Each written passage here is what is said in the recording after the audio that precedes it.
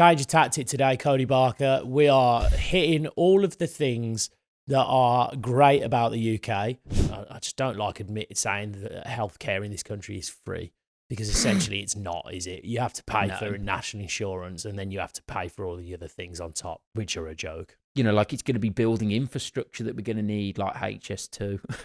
It's so funny. I'll mention something. I'm like, it's terrible as well. So you're essentially starting to see all these different views and what you believe in based off of things you don't really know.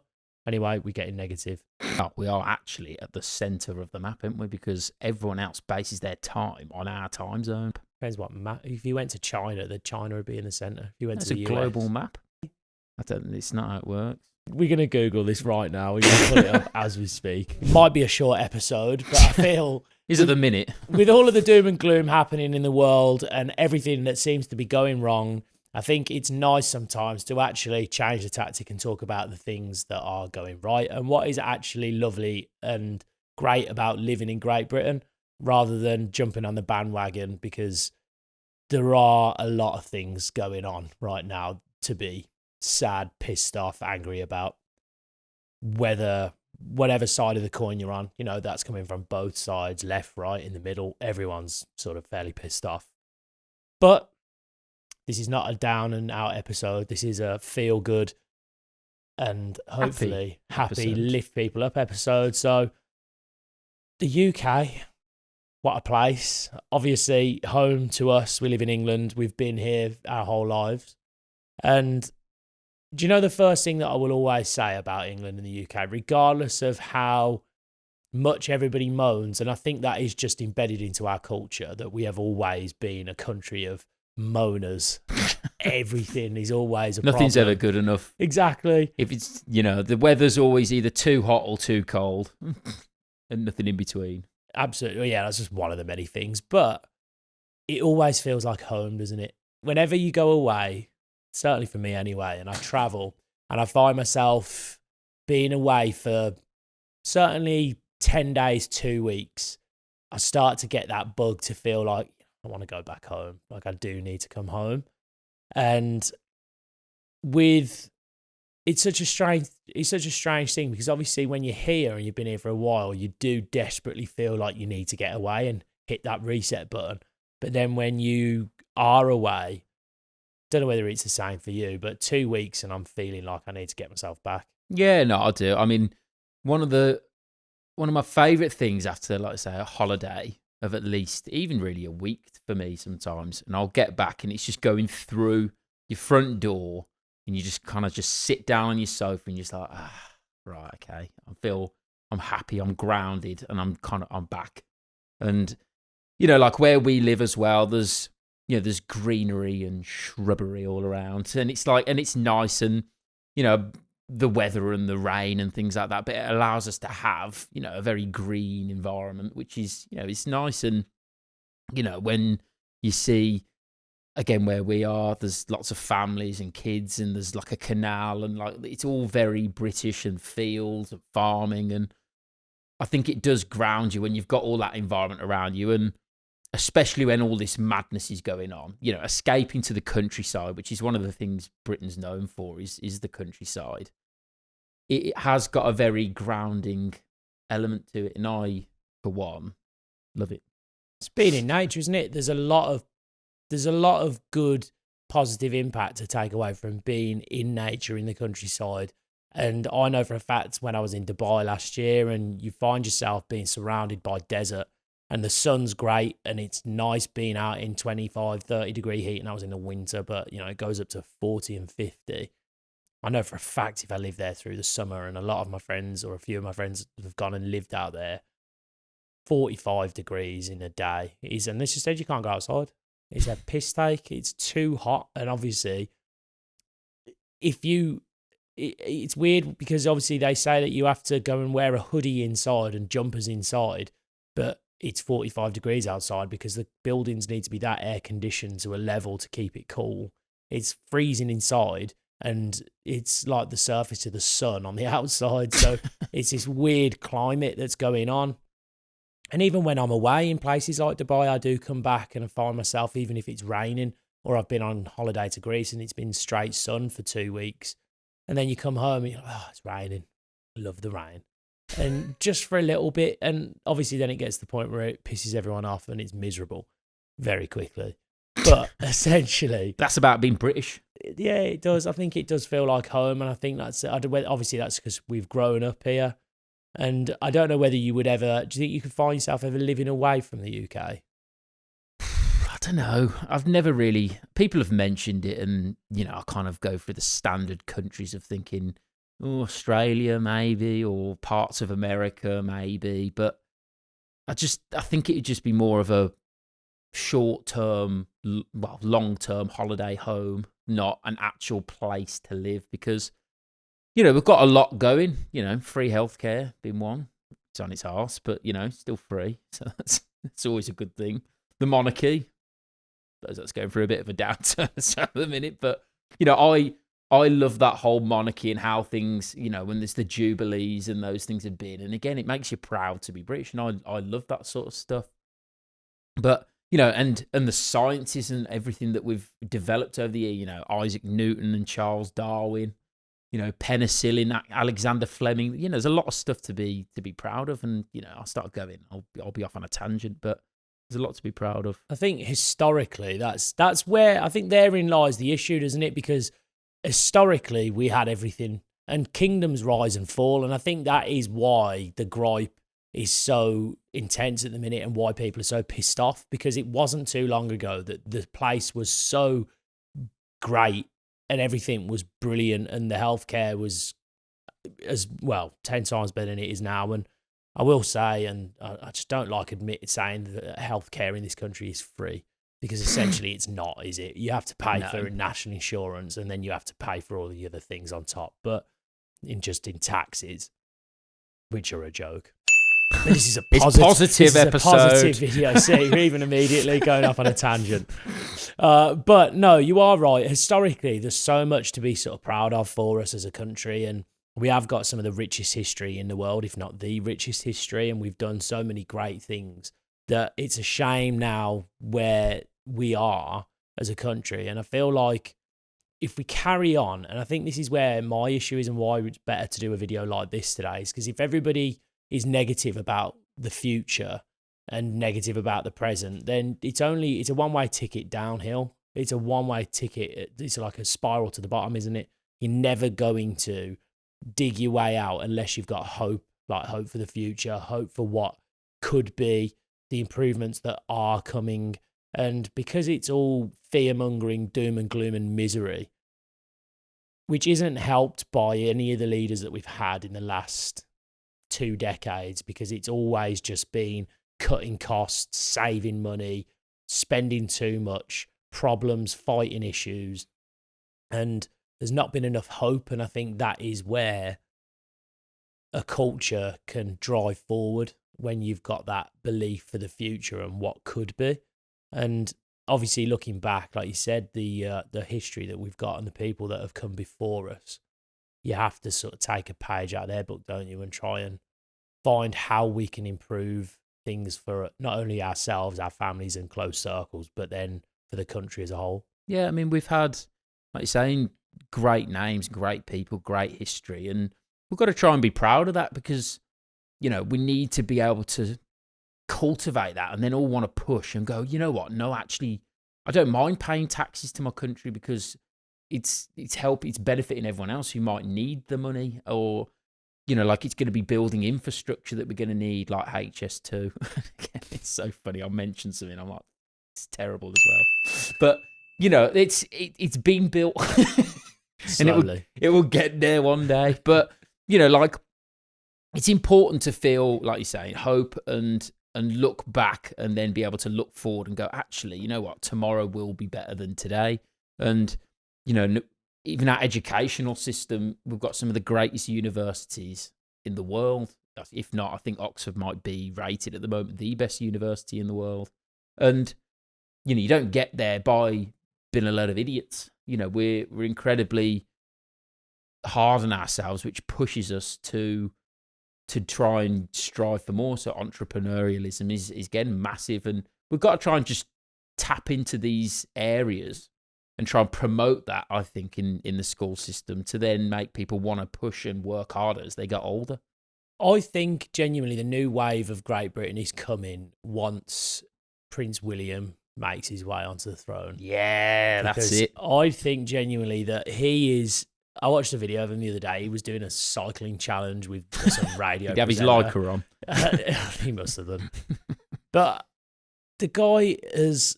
I think he's so, as far as I can tell, I've never heard and spoke to anyone that's ever said anything negative about him. You know, from pretty much day dot, he's done everything that he should do. He's got a lovely family. Everything he seems to have done, he's avoided any controversy or drama or madness. And I think it's just he's the new hope for the future. And I don't mean to be a royalist because I'm not really one. I think Queen Elizabeth was mint. She was, as far as all things were concerned. I'm sure she'd love that analysis. I'm sure she would. You were mint, darling. Good old Lizzie. She was a good old Queenie. But oh, Liz, bless her. We need you now. R.I.P. Liz. But essentially, I think what she had as a leader of the Commonwealth, leader of the country, it's at least some strength in that position of power where you've got somebody at the top of the monarchy that people respect, and that respecting is massive. And so regardless of whether you liked her or not, there was not really anything that she ever did other than put the country first and be a great leader. And I don't think anybody can really dispute that. And when you've got good leadership, the rest of the country can follow. Whereas, as I said, if everybody's negative, and currently the leadership is Keir Starmer, again, we're going to remain impartial. And beautiful man. And we've got, and King Charles, who essentially hasn't really done anything, as far as I know, apart from a few changes to the currency. He's in the environment, isn't he? I've not really noticed anything that he's done. And so I just feel like it's just, we're in this limbo of poor leadership, and that's what's creating the big problem at the minute. Yeah, so basically sausage fingers, abdicate, mate. You're going to get beheaded after this. Straight to the Tower of London, off with his head. This will be the Brother in Business podcast very soon. But no, like obviously not being a royalist at all. I think it's just we've got someone that is hopefully going to step into a position of the most powerful position within the country. If anybody doesn't know, the King of England has so much power even today that they can wage war on countries. They are the leader and the head of the British Army, the British courts. They are Commonwealth and everything like that. Yeah, exactly. Not just in this country, but countries obviously like Canada, Australia, Jamaica, all these things. And I just think it'll be a great refresh for the country to then sort of hopefully, if he flies the flag and actually gets involved, will help things moving forward. Yeah, and we've got, and that's what it is about the monarchy. It's just so respected all around the world because of their rich history and how long it's been going on. And, they can cultivate an entire nation around them. And you've seen it when it's gone well. And, when it is a jubilee or something, or like a royal wedding, the whole world watches. And, and even with the army and when they do the, troop in the colour, and it's like it's really cool to watch. And they might have the beaver hats on, but it does look, it is really impressive what they do. And I think to get people on board, we've got to just try and fly the flag of the things that we should be proud of, and then push people or try and get people to believe in the future. Again, it stems in from schools though, doesn't it? Essentially, with what we're learning and the history that we're learning. And again, it's so negative, isn't it? What are we learning about the positivity of what we used to have as a country and the leaders that we used to have as a country? And even the other day, Winston Churchill's statue it's been destroyed and things are being pulled down and people are calling £5 note. Yeah, exactly. And they're changing these things and making us out that we should be ashamed of our history, ashamed of the people that have come before us. But they were just people that were in line or aligned to the culture of the time, and things change, cultures change, our countries change, and societies change. Things that are acceptable now, they didn't used to be. vice versa. And I think Ricky Gervais made a good comment about 20 years ago. Who would have thought that the most insulting thing that you could say to a woman was that she didn't have a dick? And it's like, who would have thought that? You wouldn't have. No one would have bet that. No one would have bet a penny on that. But they would have won the. They would have won the house if they did. It's just what is happening, and that's where things change and cultures change. And a lot of it is being fast forwarded through social media and all these new ideas that seem to get passed. Whereas before, think how small societies used to be. It was just your local community, your local village, your house, your road, people that you go to school with, and that was it. Whereas now it's you're sharing ideologies with, you know, again, the one that's sort of going on at the minute was obviously there was Israel, Palestine, Israel, Iran, a lot of Israel. But again, essentially it's that people are now siding, sort of saying, you know, pray for Palestine. And it's like, we align with Palestine. And I'm like, well, have you ever been there? Well, no, but we align with their values. I'm like, well, you don't have a clue, do you? You've not been there. And so you're essentially starting to see all these different views and pick what you believe in based off of things you don't really know. Anyway, we're getting negative. No, I think we're just negative. See how easy it happens, people. So much slipping. going on.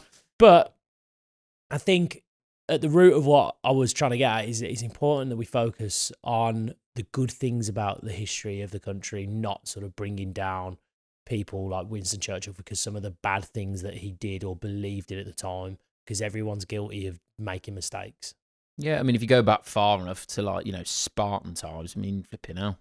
You know what them lot were doing? It's like, that ain't okay now, but back then, it's all fine. So it's like you say, things do change, and we've got to try and just focus on positives. And like you say, it does start with schooling, that if you're not taught to love the country, I mean, I don't even remember ever even learning about British studies. I just learned about everyone else's studies. What the hell about us?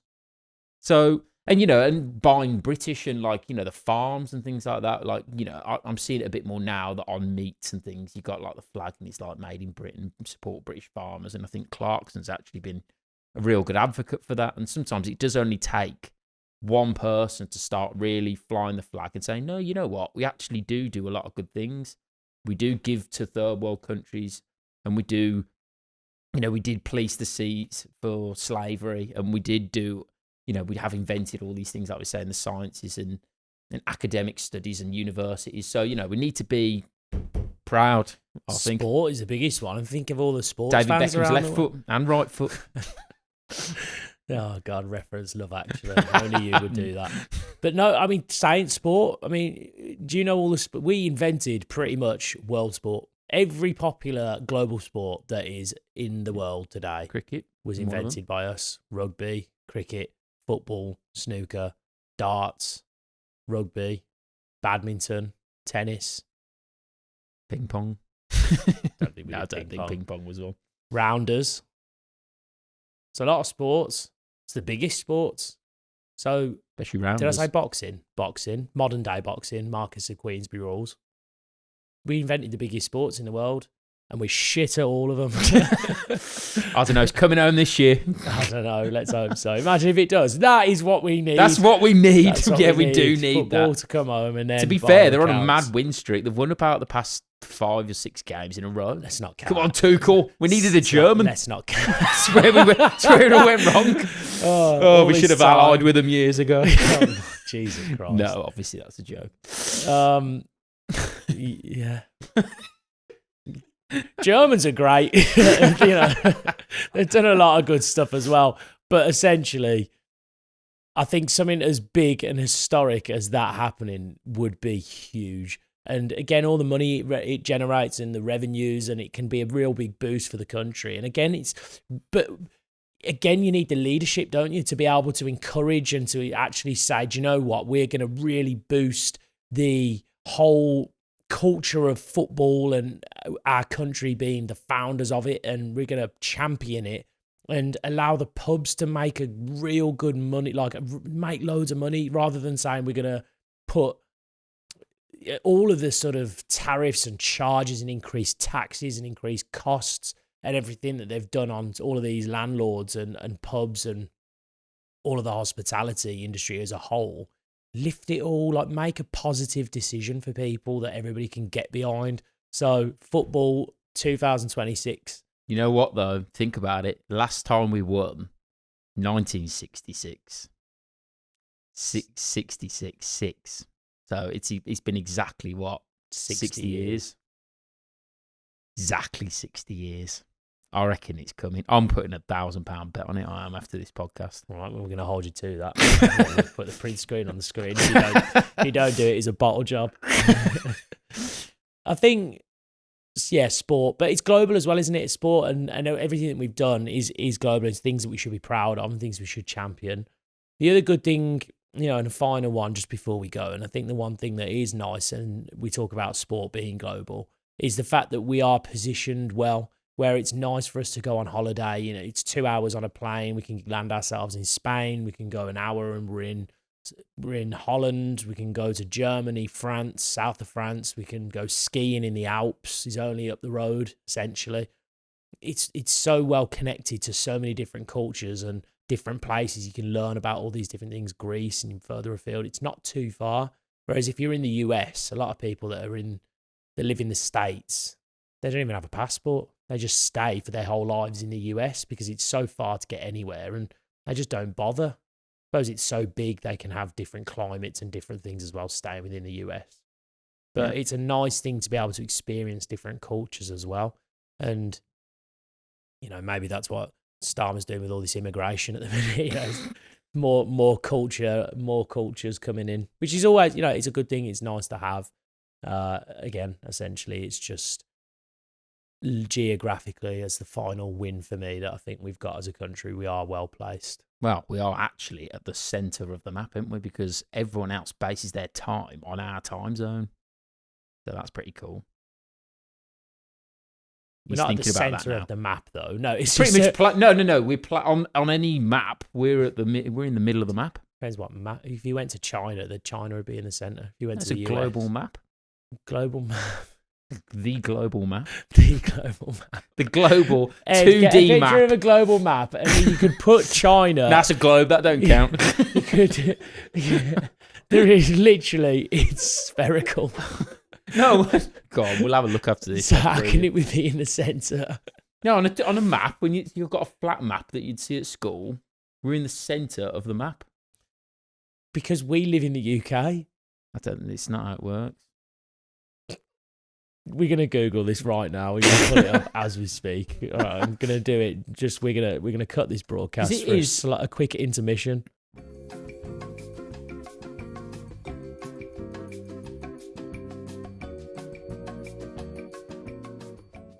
No, maybe you're right. I'm going to concede on that one. Most maps, yeah, we are in the centre. Right, I knew it was. I've watched the video on it, so fuck you both.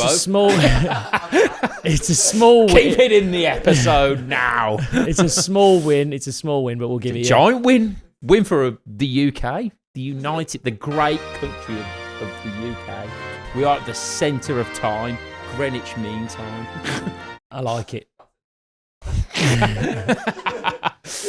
Damn right it is. Right, well, that's it from me. I'm hyped. I'm buzzing. I'm hyped. The UK, I'm never leaving. This is the best country on earth. The middle of time and space. It's like Interstellar. It's all about the UK. Without us, nothing would even happen. I mean, essentially, the arrow of time straight through the map. It's the UK. I don't know what more to add. I think that's it. If you're not pumped off that, then I don't know what will this do is it your for problem. I think the UK, we've done a lot of good, lot of bad. I think essentially it's down to the people that are here to make the difference. And if you spend your time constantly being miserable, constantly moaning about everything that's wrong, then you are only going to see the things that are negative. Change your mindset, start being more positive. The UK is a great place. It might rain, it might be cloudy, and yes, the food is shit, but we do a good curry. We do a good curry. But genuinely, stay positive. Think of all the things that are good, not just in your lives, but the opportunities that are around you. Take advantage of them. Thank you very much for watching. Viva la UK. See you in the next one.